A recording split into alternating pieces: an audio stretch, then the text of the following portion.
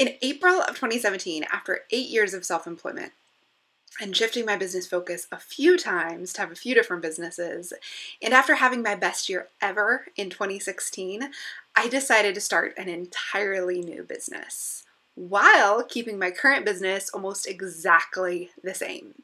I record a weekly video and audio podcast. I send weekly email lessons. I hold weekly live chats for my Starship community. I teach classes around the country and online, and I started a whole second business based on collaboration, which means a lot more talking to people.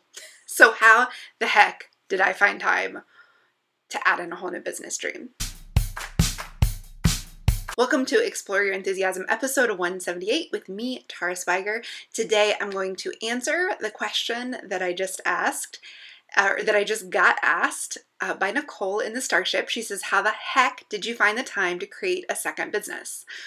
You can find links to everything I'm going to talk about in this episode, including the free webinar I'm holding tomorrow, where I'm going to give you a look behind the scenes of my new business, along with my business mentor. You can find links to all of it at taraswiger.com/podcast178. It's taraswiger.com/podcast178. So how did I find the time? First, we have to address the fact that I was not working 40 hours in my business, even at all close to it. So in my first business, when I started the second business, I wasn't already working 40 hours. It was my full-time job. It pays 100% of my family's bills, but I wasn't working 40 hours a week at it. I had streamlined, systematized, and hired out a lot of the things in my business that did not need me to do them because I had two focuses. So the first one was spending my time on the things only I can do, the things that only I can add to the world, the things that only I can contribute to my business and the business of the women that I work with. So in this business, the one that has Explore Your Enthusiasm in it, that is just a couple of things. Writing these episodes and recording them, creating classes and teaching them, both online and in person, leading my paid online community, the Starship, with weekly chats and monthly Q&As, and connecting with my bigger online audience on Instagram and Facebook and sometimes Twitter. If the politics aren't too scary, I'm also on Twitter. So that was my first focus, is making sure that I'm only doing the things that only I can do.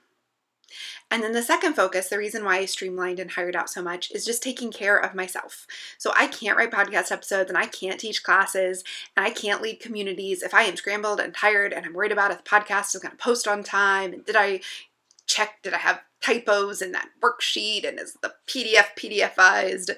So in order to serve you best and make the biggest impact with my work in the world, I either stopped doing, streamlined, or systematized everything that wasn't something only I could do. And after systematizing, after figuring out exactly the steps and making a checklist of exactly what it was, I hired people to do it. So Jay lays out the transcript and edits the audio podcast. Jolie edits and uploads the videos and makes their tags and descriptions and makes my channel all wonderful. Jess manages the admin side of the Starship, and Holly puts all the pieces of this podcast together, both on my website and in the emails. So the audio, the picture, the video, the transcripts, the forms you fill out to get the transcripts. I don't need to be doing all those steps. Once I've created the content, they just need to all come together. So I figured out what all those steps were. I certainly did them all by myself for the first year or two of this podcast. Since then, I've gotten help doing those things. And I'll be honest, I was forced into streamlining. I was forced into stepping away from a lot of those things. Just stop doing the stuff I didn't need to do. Last summer and the summer of fall of 2016. When my depression was at its absolute worst, I worked as little as 1 to 2 hours a week. And what I did in those 1 to 2 hours were what I had promised the Starship and answering my emails when I could. I learned that my business didn't need nearly as much of me as I thought it did. And then I tested it again when I went to the UK for 12 days and I didn't answer emails for 3 weeks. I talk more about how to do that in my class, Take a Break Without Breaking Your Business. You can find that at taraswiger.com/leave. In that I talk all about how I took leave for my sickness and I took leave to go have fun in the UK. And I talk all about how you can streamline your own business. It's full of worksheets if you want to apply this to your own business. And like I said, being forced to not work in the summer and fall of 2016 certainly didn't hurt my business. I had my best year ever in 2016, hitting 6 figures in sales. So with all that in mind, when I considered joining a new business in April of 2017, and a collaborative business, one where I was going to be talking to people all the time, one of my biggest concerns was the time. I didn't want to trade in my 20-hour work weeks for a lot more work unless it was going to have a really big impact. So you guys know by now that I'm not all about just the dollar bills. I'm not just in this to make money. I care way more about my own quality of life and the impact I'm having on the people I'm serving's lives, and basically the impact towards my mission. I want to do work that has the biggest impact on the most lives without sacrificing my reading time in my hammock. So I decided to start the second business because I realized that although I'd be working more hours in the beginning, it's going to have a much bigger impact on a population of women I wasn't previously able to help. So I wouldn't just be working with people to encourage them to build their business or teach them how to build their business or give them accountability. We're actually going to be doing it side by side. Everything I do that builds my business also builds the women I'm working with. And everything I figure out, I can teach them and they can duplicate it. Because of this business model, it's totally different than selling your art and your craft. It's duplicatable, because what works for one artist might not work for another artist, but what works with one person selling essential oils will usually work for someone else selling essential oils because the products are the same. So I talked more about the whole reason I went down this direction in episode 168, which is called The How and Why My Business Has Changed. But so with this vision of the impact I was going to be creating in my business partners' lives, I decided I'll be willing to put in more work. I'll be willing to work more than 20 hours a week if it's going to make an impact, and if I'm not signing up to do that forever. But the question is, where did that time come from? Where did those extra hours come from? So before I started doing the second business, I should tell you about what my work week was like so you get a better view of it. So Monday, I would write the podcast episodes, any classes I was working on, and I'd answer emails. Tuesday, I'd record the podcast, any like Q&As I was doing for the Starship or any webinars I was doing. I would do that on Tuesdays. Wednesday, I'd lead the Starship chat all day.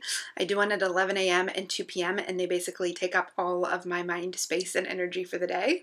Then Thursday and Fridays, I was basically done with everything I have to do in my business, and I would work on bigger projects. So Thursday and Friday is when I would work on whatever goal I had for the quarter. So in the months before my second business, that looked like reshooting and relaunching Pay Yourself, creating and publishing Map Your Business, and then launching the Starship each quarter. Every quarter or 6 months, I had another big project to work on in those Thursday and Friday days.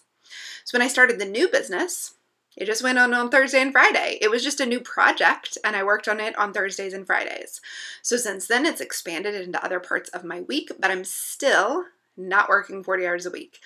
It's more like 25 to 30-ish, depending on if I do in-person things. My new business has me doing a lot more in-person things. I meet for people for over coffee dates, and we talk about how they can use essential oils in their life, or I hold local workshops. I'm actually doing something at the library next month. So on months, or on days where I actually have, weeks rather. So on weeks where I have in-person things, I'm working a couple more hours in that week. So this adding, like having some days set aside for big projects, it's totally what I recommend when anybody wants to start on a new project.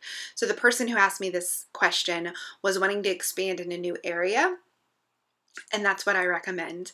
Create time slots for the stuff you want to be consistent with, that you want to keep doing, like your blogging, podcasting, Instagramming, sending emails, production, listing, photographing, and then create different time buckets for working on your new goal. So a lot of you use Map Your Business to set a goal for each quarter. The question is, when do you work on that goal? It's outside of the realm of your normal day-to-day activity often, so when do you do that? I suggest, as much as you can, streamlining what you have to do each week, putting it in certain buckets. So say you always do it on Wednesday afternoon, or you always do it on Tuesday morning, and leaving a couple buckets of time to work on your big goals, to make things happen outside of your day-to-day work and day-to-day production. So I talk more about creating buckets of time in one of my Creative Live classes. You're going to find this linked up at taraswiger.com/podcast178. taraswiger.com/podcast178 is where you'll find links to that Creative Live class where I talk all about how to find time for your goals and get consistent with your work and finding buckets of time. So that's how I did it. I treated it like any other project in the beginning, which means the major change that I had to make was just not taking on new projects in that time slot. Now, obviously, I have taken on other projects, and now that the business is a little more established, I can take on new projects, but I have to be honest with you, it's really hard to find the time. I don't yet have a new slot for new goal projects because right now growing my doTERRA business is my new goal and project. So when I agreed to do Creative Live, I'll be totally honest with you, it was hard to find the spot to work on that. So I've been working a little later than usual. I usually stop work at 4 or 5. I've been working a little later than usual on a couple days a week to fit Creative Live in. Which, by the way, a lot of you, that's what you have to do. You don't have extra hours in the day. So if you want to do a new project, you need to find some more hours for it. I'm basically starting a little earlier in the day or working a little later, and it's easier because I have way more energy now. I'm waking up way earlier. My brain is like with me way later in the day than it was before. And I actually talk all about why and how in a recent webinar I did. You can find that at essentialenthusiasm.com/LLV, the letters LLV, or it's linked up in the show notes. So if you had asked me a year and a half ago if I wanted to add a new business, a new income stream, a bunch of totally new tasks, and a team of totally new people to mentor every week to my to-do list, I would have probably cried. That's because I cried a lot last year. But now I can't even imagine not having this business and these collaborators and these women that I'm working with. I can't imagine not having them in my life, and I really, really love it. So it's expanded me. It's expanded what I believe is possible. It's expanded what I'm actually capable of. And this business is challenging me to find all the places where I was holding myself back and thinking I wasn't capable, or thinking I didn't have the energy to work more hours, or thinking that I couldn't possibly go do stuff in person because I'm shy. And I'm identifying the places I was holding myself back, and I'm moving through it. So I heartily suggest that. If you're thinking of taking on a new project that's going to expand what you think you're capable of, do it. It's hard. It's painful sometimes, but it's really good. So I'm going to be sharing more about how the business works, why I chose to do it, exactly how I work with my business partners. I've mentioned a few times it's collaborative. I'll talk more about how we collaborate in a free webinar tomorrow afternoon. That's tomorrow if you're listening to this on Wednesday. If you're listening later in the future, go to taraswiger.com/podcast178 and you'll find a sign up for there. If you are listening to this after the webinar's already happened, you'll still get emailed that webinar so you can watch it.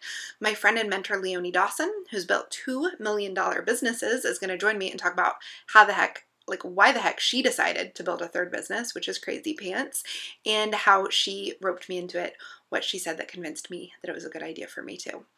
So you can sign up at taraswiger.com/podcast178. If you scroll to the bottom past the video of this lesson, there'll be a form there. You can sign up there if you want to attend. Just put in your email address. We will send you the page where you can watch and ask all of your questions.